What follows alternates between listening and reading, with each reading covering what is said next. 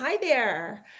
Today we're going to talk about the 10 of Cups, also known as the Lord of Perfected Success. Because if you've ever looked at this card and thought, oh, cute, happy family, rainbow, great. Next card. You are missing so much. The 10 of Cups is the card that everybody thinks they understand, you know, until they actually do.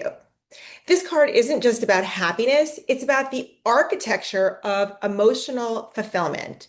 And honestly, I think that it's one of the most misunderstood cards in the deck. I know I say that a lot, but there are a lot of cards that are misunderstood. So let's take a closer look. So first we're going to do is we're going to look at the scene, and I'm using a universal weight deck. So this is a classic 10 of Cups card. So we see a couple standing together. Two children are playing nearby, a cozy house on the hill, green fields, a river, and above them, a rainbow, which is made of 10 golden cups. It looks like the final scene of a movie where the music swells and the credits roll. But if you are familiar with tarot, you will know that it never wastes imagery. So every part of this card is doing something. First, let's talk about the number 10. So tens in tarot are the completion point of a suit. The suit of cups is the suit of emotions, relationships, intuition, love, and belonging. So the 10 of cups is the culmination of emotional life. It's the moment when the emotional journey that started with the ace, that tiny spark of feeling, has now become a fully lived life. This is the emotional equivalent of reaching the top of a mountain and realizing, oh, this is what it was all for. The rainbow, let's talk about this rainbow and why it matters. So, because rainbows only show up after storms, the 10 of Cups is not naive. It is earned happiness. Rainbows symbolize harmony, hope, and blessings. And that often arrives after difficulty, which means that this card quietly tells us something important. The people in this image didn't just skip the hard parts, they survived them.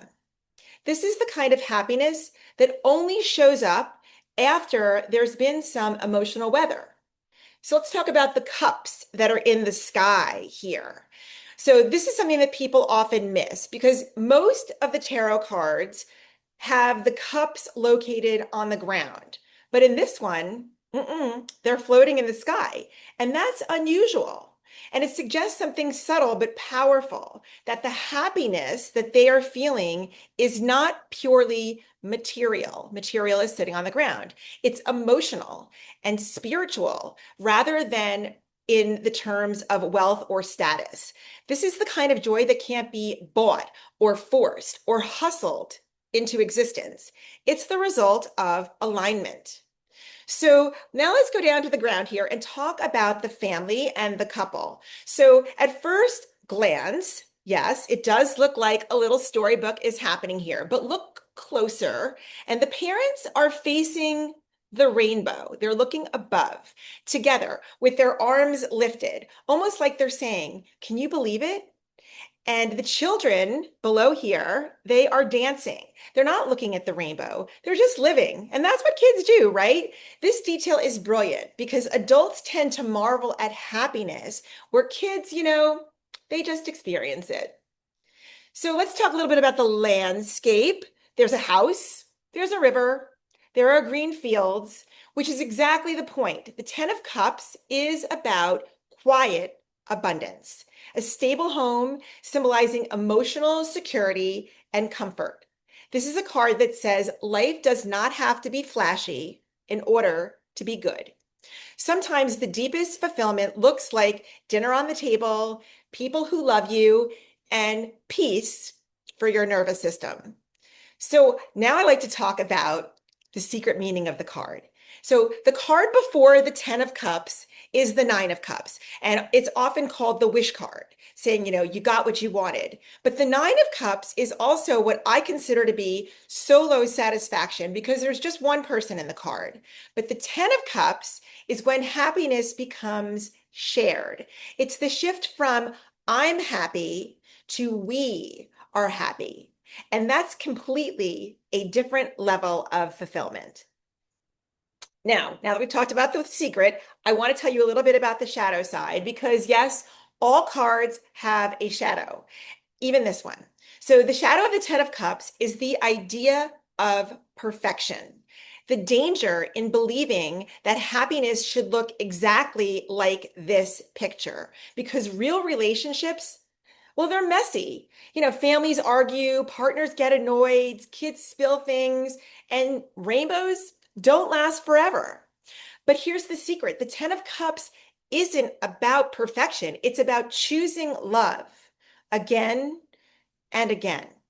So, how does this card show up in real life? Well, it points to moments like realizing you've built a life that you actually like, feeling emotionally safe with someone, finding your people, seeing your family thrive, or simply noticing that life feels good. Not perfect, but good. So, what is my favorite way to read this card? When I see the Ten of Cups, I often ask one simple question. And that question is, what does happiness look like for you? Not the Instagram version, not the childhood fairy tale, but the real one. Because the Ten of Cups reminds us happiness isn't found, it's built. It's built one relationship, one choice, and one moment of connection at a time. So the next time the Ten of Cups shows up in your spread, pause for a second. Look at your life. Look at your people. Look at the quiet blessings in your life that are so easy to overlook because sometimes the rainbow isn't ahead of you, it's already above you. Mic drop, right? So you just need this card to remind you. So with that, I'm going to sign off and say thank you so much for coming. What do you see in the Ten of Cups? Was there anything that I missed? Is there anything you want to add? Please leave me a message below. And also in the box below, you can find all the ways that you can find me, that you can connect with me, and you can work with me. And with that, I'm going to say goodbye for now, and I look forward to seeing you the next time.